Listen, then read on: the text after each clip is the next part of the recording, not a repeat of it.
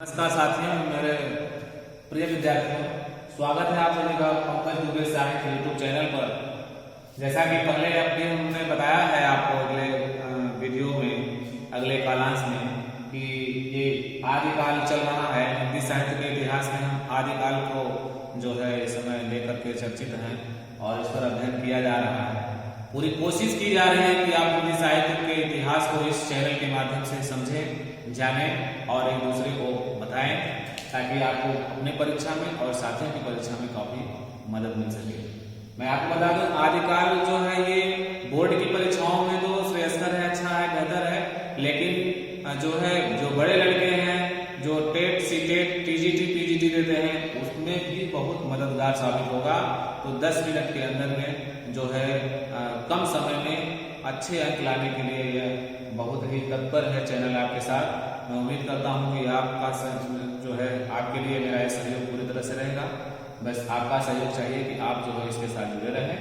तो आदिकाल हिंदी साहित्य के इतिहास का आदिकाल पहला चरण चल रहा है, इसका एपिसोड नंबर 3 है। अभी इसके पहले कालांश में आदिकाल के नामकरण को बताया गया था और यहाँ पर मैं आदिकाल की प्रवृत्तियों और विशेषताओं का वर्णन कर रहा हूँ कि आदिकाल के समय की विशेषता क्या थी। उस समय तो क्या ऐसी चीजें थी जो आदिकाल को वीरगाथा काल के नाम से जानते थे, या चारण काल से, या बीज वपन काल से, या वीर काल के नाम से जानते थे। तो यहाँ पर देखिए, पहले सबसे बड़ी समस्या विशेषता है इसकी कि आश्रयदाता की प्रशंसा करना। तो मैं आपको बताना चाह रहा हूँ कि पहले के समय में, ऐतिहासिक समय में, प्रत्येक राजा महाराजा के पास एक कवि हुआ करते थे। आज के समय में तो टेप, टीवी, ट्रांजिस्टर, टीवी, बहुत सारे मनोरंजन के साधन है, व्यवस्था है, लेकिन पहले क्या था कि कोई ऐसी व्यवस्था नहीं थी और वो अपने आमोद प्रमोद के लिए, अपने आनंद या मनोरंजन के लिए एक कवि रखते थे जो सुंदर कविता सुनाया करते थे और उनकी झूठी सिफारिश किया करते थे, खुशामद करते थे। तो पहली विशेषता है आश्रयदाताओं की प्रशंसा करना। तो जो कवि लोग रहते थे उनका आश्रय क्या होता था, उनके पास तो कुछ रहता नहीं था, वो पूंजीहीन रहते थे, वित्त विहीन रहते थे। वे अपनी जीविका जो है उस राजा महाराजा के साथ रहकर के करते थे और झूठी प्रशंसा करते थे। आश्रयदाताओं की प्रशंसा करना, अपने राजा महाराजा के जो है आश्रय में रह करके उनकी प्रशंसा करना, अर्थात सत्य के मार्ग से विचलित होकर के असत्य के रास्ते को ही बढ़ावा उसमें मिलता था, क्योंकि उनको चाटुकारिता नहीं करते तो उनकी जो है जीवन सारा नहीं चल पाता। इसलिए पहली विशेषता ये थी। दूसरा है ऐतिहासिकता का अभाव। उस समय क्या था, अपने से बीते हुए समय के जो है बारे में लोग नहीं सोचते थे, तत्काल तुरंत की बातों को सोचते थे और जो है ऐतिहासिक चीजों, बीते हुए अतिथियों के बारे में कुछ नहीं सोचते थे कि वे कैसे थे, उनकी आत्मा पूर्ण थी कि नहीं, हमारा जनजीवन पहले के लोगों के समान अच्छा होना चाहिए, ऐसी बातें नहीं थे। वे तुरंत जो है निर्णय लेते थे और उस पर जो है काम करते थे। तो वो ऐतिहासिकताओं का अभाव था उस समय। अप्रामाणिक रचना तीसरी विशेषता है।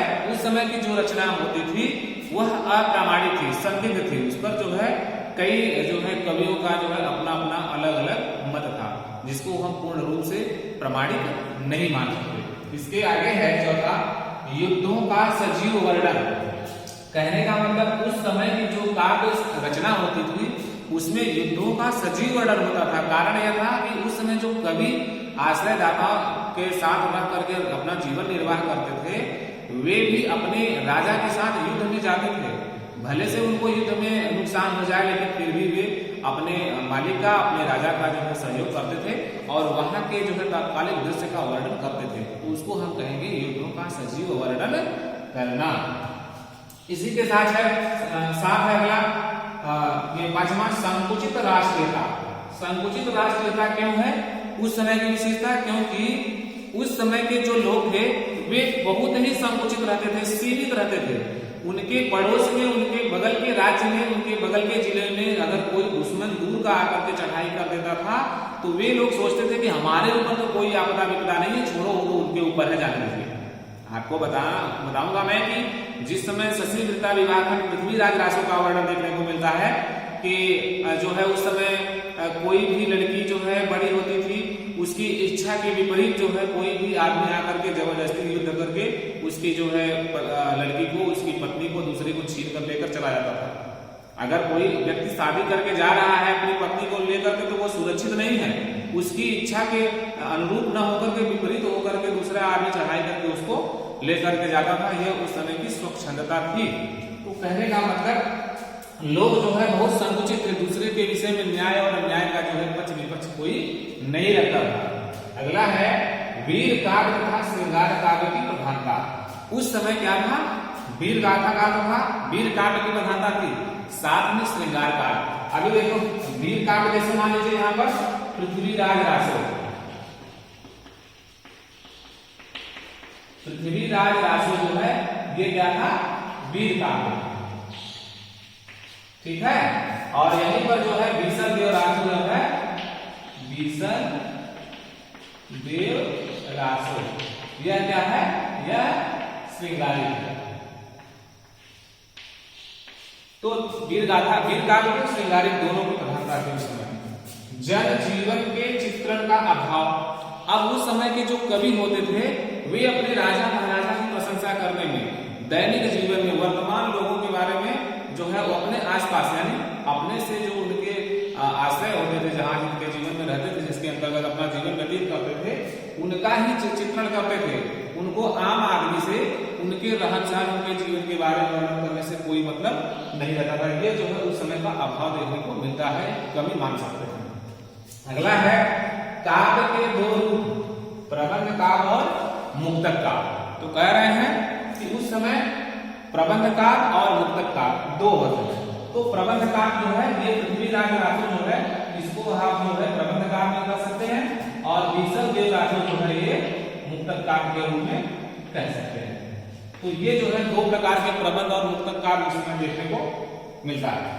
इसी के साथ साथ है अगला नौवां, विविध छंदों का प्रयोग। एक ऐसा समय आया जो हिंदी साहित्य में व्याकरणिक रूप में छंद का जो है समावेश देखने को मिला, जैसे दोहा, रोला, त्रोटा और छप्पय आदि छंदों का समावेश उस समय की साहित्य में देखने को मिला। ये सबसे बड़ी उपलब्धि और विशेषता थी वीर गाथा काव्य आदि काव्य, ठीक है। इसके साथ है अगला 10वां, डिंगल भाषा। मैं आपको बताऊं कि जो अपभ्रंश भाषा है उसी के साथ जो है ये जोड़ा जाता था राजस्थान में। तो डिंगल में क्या था, अपभ्रंश, अपभ्रंश के साथ क्या था, राजस्थानी भाषा। तो कहने का मतलब डिंगल भाषा क्या था, अपभ्रंश और राजस्थानी दोनों भाषाओं का मिश्रण मिला करके उस समय जो है डिंगल भाषा बोली जाती थी और लिखी जाती थी। उसी के साथ एक और भी जो है पिंगल भाषा। तो अपभ्रंश तब भी था, डिंगल में भी और पिंगल में भी, है ना। तो यहाँ पर राजस्थानी था, ठीक है। तो ये जो है अगला है पिंगल भाषा। पिंगल भाषा क्या करना है, ब्रश करना है अपभ्रंश को। अपभ्रंश भाषा के साथ क्या था, ब्रज की भाषा। तो अपभ्रंश और ब्रज दो भाषा को मिला करके पिंगल भाषा का जो है उस समय समावेश होता था। सबसे बड़ी विशेषता थी डिंगल और पिंगल, ये दोनों बोली थी जो एक बोली का विस्तृत रूप हुआ, जो एक भाषा के रूप में होगा। डिंगल में अपभ्रंश और राजस्थानी, पिंगल में अपभ्रंश और ब्रज। इस प्रकार से उस समय की विशेषता थी जहां जो है वीर काल की रचना और श्रृंगार काल की रचना की प्रधानता थी। यहाँ पर देखने को मिला प्रबंध काव्य और मुक्तक काव्य, ये दोनों काव्य जो है दोनों में जो है प्रमाणिक हो रहे हैं, उदाहरण रूप में स्पष्ट हो रहा है। एक तो वीर गाथा काव्य, वीर काव्य और एक श्रृंगारिक। दूसरा यही बीसर देव जो है श्रृंगारिक में, मुक्तक काव्य में भी है। यही पृथ्वीराज रासो जो वीर काव्य है और भी प्रबंध काव्य है। तो इस प्रकार से आदिकाल की ये सभी विशेषताएं आपके सामने प्रस्तुत की गई हैं। मुझे उम्मीद है कि आप आदिकाल की प्रवृत्तियों को और इसकी विशेषताओं को जरूर समझ गए होंगे। नहीं समझ में आया तो फिर आप बताइए, मैं बार बार आपको बताऊंगा और मेरे वीडियो को देखिए, आपको जरूर समझ में आएगा। और जो है हिंदी साहित्य के इतिहास से कोई भी समस्या होती है काल विभाजन में, इसकी प्रवृत्ति में, इसकी विशेषता में, इसकी रचनाओं में आप कमेंट कीजिए। मैं आपको तुरंत उस विरोधाभास को दूर करूंगा और करने की कोशिश अवश्य करूंगा। तो इसी के साथ अगला एपिसोड जो है एपिसोड नंबर 4 में हम जो है आदिकाल से जुड़ी रचनाओं को बताएंगे, कौन कौन से प्रमुख मुख्य कवि हैं और उनकी रचनाएं क्या हैं। तो आज मुझे उम्मीद है कि आदिकाल की विशेषता और प्रवृत्ति को आप अवश्य समझ गए होंगे। बहुत जल्दी हम अगले वीडियो में अगले कालांश से मिलते हैं, इनकी रचना और रचनाकारों के संबंध में जानकारी लेते हुए। आज के लिए इतना ही साथियों, तब तक के लिए धन्यवाद।